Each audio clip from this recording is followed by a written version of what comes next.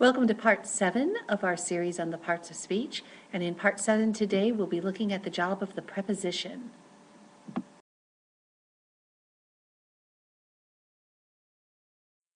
Now, prepositions are kind of the cool kids of the parts of speech because they never go out alone. They're sort of the most, miss popularity here. They always introduce what's known as a prepositional phrase.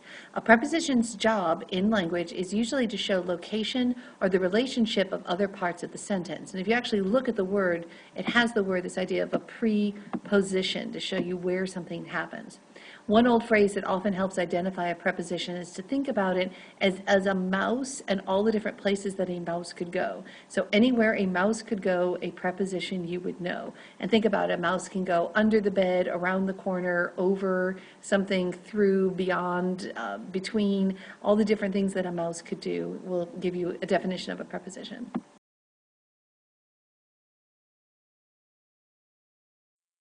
Some people find it just easier to outright memorize the most commonly used prepositions because that can be the easiest way to recognize them sometimes. In previous years in teaching, I used to give these to my students about 10 words or so at a time and have these proposition memorization contests and write-offs. But it's not a bad idea to have a couple of lists and to get very familiar with them at least, even if you don't memorize them directly.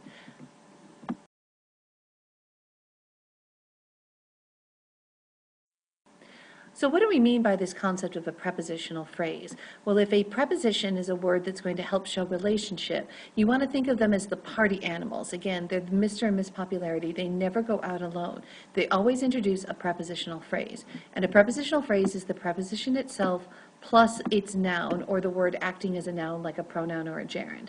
And the preposition, the noun that's in a prepositional phrase becomes known as the object of that preposition. So think of this as like a dating couple. They never go out without each other. The preposition is always going to take with it a noun or a word acting as a noun to form this idea of a prepositional phrase.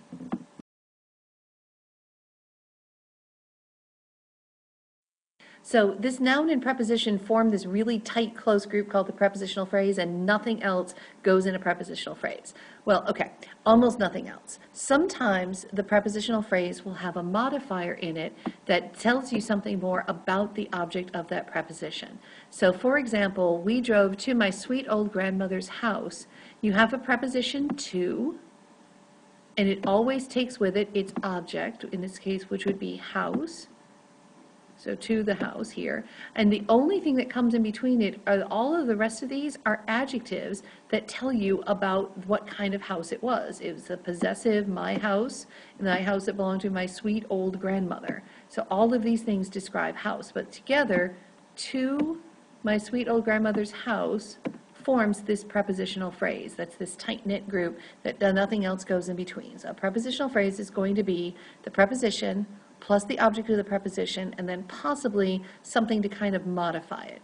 If you think of it this way, if the preposition and its object are the couple going out on a date, the date might want to dress up a bit. So it will use these modifiers to kind of fancy it up, to add more descriptors to it, but nothing else is going to break up that prepositional phrase.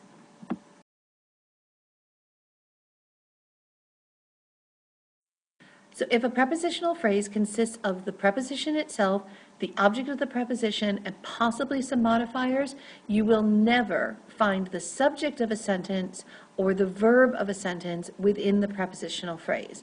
Prepositional phrases become grammatically isolated from the rest of the sentence. So the entire prepositional phrase can act as a modifier for the subject or for the verb, but it's never a part of the subject or the predicate or the verb of the sentence.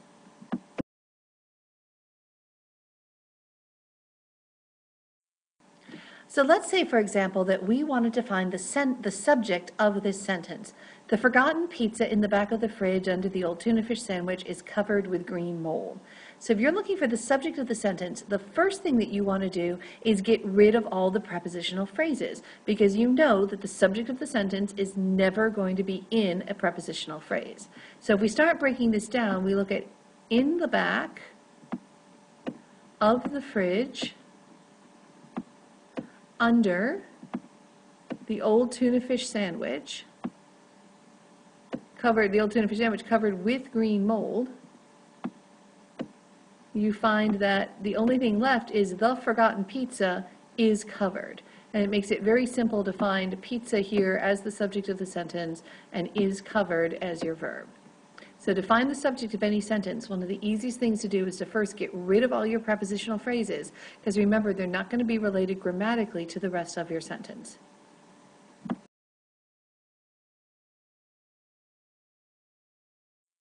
So if a prepositional phrase doesn't have the subject and doesn't have the verb, what's it doing in a sentence?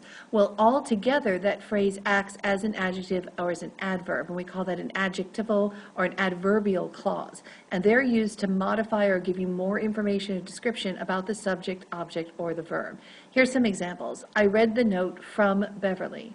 From is a preposition. Beverly is its object, so from Beverly becomes the prepositional phrase. You're saying, I read the note. And this whole prepositional phrase from Beverly tells you which one. It's an adjective telling you I read this specific note from Beverly. The next example, before class, TJ begged his friends for a pencil. Before is a preposition.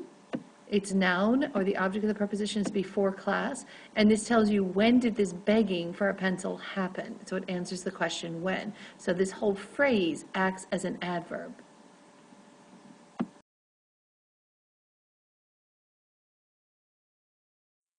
Even if you memorize your prepositions, you do have to be careful. Remember, the whole point of parts of speech is always to look at the job that it's performing within a particular sentence. Sometimes words that are usually prepositions can act alone. If they don't take an object with them, they're probably not acting as a preposition, but they might be doing the job of an adjective or an adverb. So if you want to find out if something is a preposition or adverb, you have to look for an object. Here's an example. Pull up a chair and sit down by me. In this case, pull up a chair, and up a chair is not giving you a preposition. It's saying what you should do with where you should do the pulling. So up in this case does not introduce a prepositional phrase, but instead it's acting as an adverb to tell you about where you should pull up this chair. Same thing with sit down. Down in this case is telling you more about where you should sit.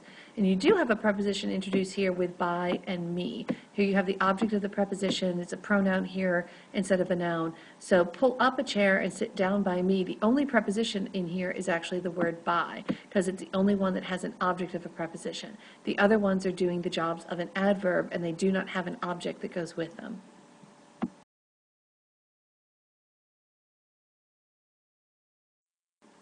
If you're ready to review the role of a preposition in the 8 parts of speech of American English, go ahead and click on the link. It will take you to a YouTube video from Grammar Rock that's going to give you a fun sing-along song and some cartoons that will explain what prepositions do in English.